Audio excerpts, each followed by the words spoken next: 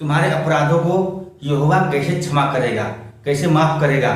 जो तुमने पाप किया है, अपराध किया है, उसको परमेश्वर कैसे क्षमा करेगा। जी हाँ मेरे प्रिय मछलियों, उसका भी समाधान परमेश्वर के पास है।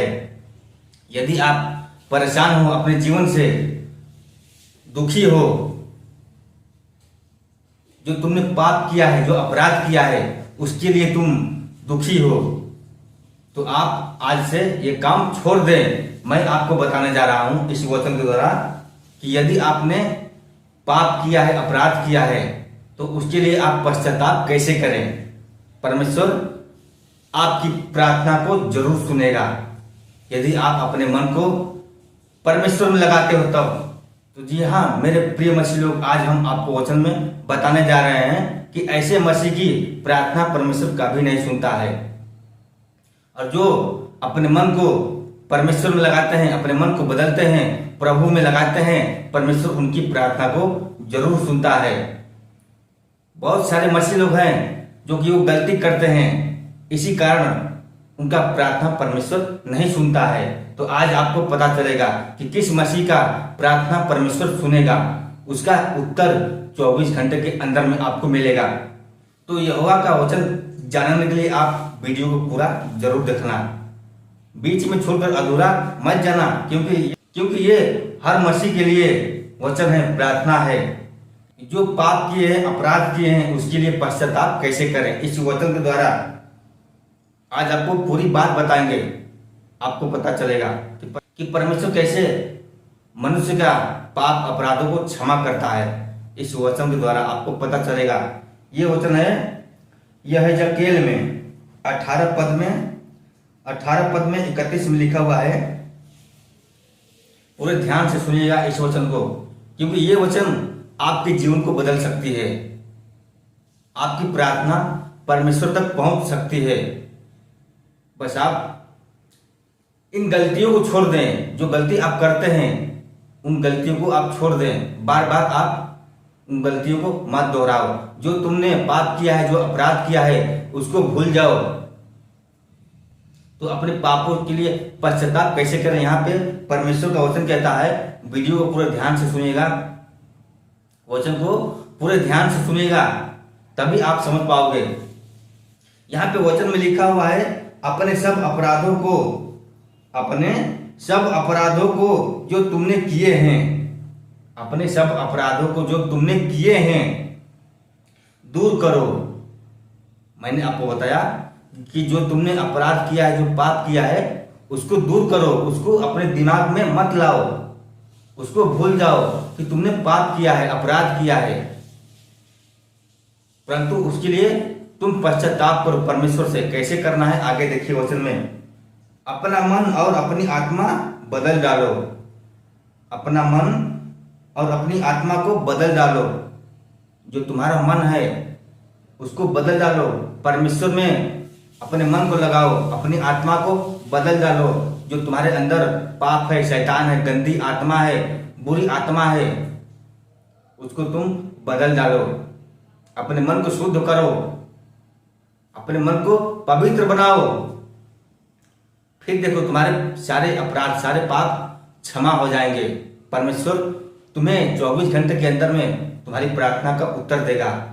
यदि आप अपने मन को बदलोगे, तब परमेश्वर में लगाओगे, तब अपनी आत्मा को बदल डालो। जो तुम्हारे अंदर गंदी आत्मा है, गंदी सोच है, गंदे विचार है, उसको निकाल कर फेंक दो, छोड़ दो। जो तुम्हें पाप में ले जाता है, जो नाश में ले जाता है, यही कारण है तुम्हारी सोच, तुम्हारा मन तुम्हें पाप में ले जाता है, तुम्हारी सोच तुम्हें पाप में ले जाता है। तो अपने मन को, अपनी सोच को बदलो, अपनी आत्मा को बदलो। जिस तरह यहाँ पे वचन में प्रभु का कहता है कि अपने मन को, अपनी आत्मा को बदल डालो। और आगे देखिए यहाँ पे वचन में क्या कहता है परमेश्वर का, क्योंकि प्रभु यहोवा की यह वाणी है।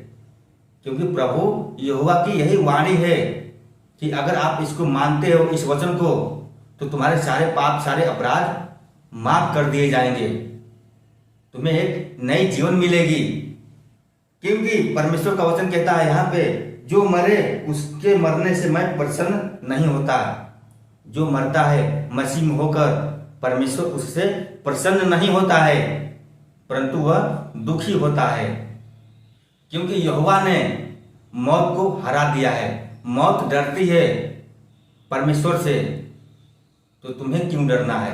तुम्हें बिल्कुल नहीं डरना है जब परमेश्वर तुम्हारे साथ है। जब यहोवा तुम्हारे साथ, तुम्हें डरने की जरूरत नहीं है किसी बुरी आत्मा से, किसी शैतान से। बस अपने मन को बदलो, अपनी आत्मा को बदलो, फिर तुम्हारे जीवन को परमेश्वर जरूर बदलेगा। क्योंकि जो प्रभु में होकर मरे उससे परमेश्वर प्रसन्न नहीं होता है। तो क्या आप चाहते हो कि आप मरो? कोई चाहता है मनुष्य कि हम मर जाएं? कोई नहीं चाहता है। सब चाहते हैं कि हम जीवित रहें। तो आप चाहते हैं कि आप जीवित रहें, तो परमेश्वर में अपने मन को लगाओ, परमेश्वर के राज्य में आओ, उसके करीब आओ, उसके निकट आओ, उसके वचन को समझो, उसके लिए प्रार्थना करो। उसके लिए तुम प्रार्थना करो, परमेश्वर से वचन पढ़ो, अपने मन को बदलो, फिर तुम्हारे करीब मौत कभी भी नहीं आ सकती। तुम्हें परमेश्वर हर संकट से, हर बीमारी से बचाता रहेगा। और आगे देखिए यहाँ पे वचन में, इसलिए पश्चाताप करो, इसलिए पश्चाताप करो, तभी तुम जीवित रहोगे।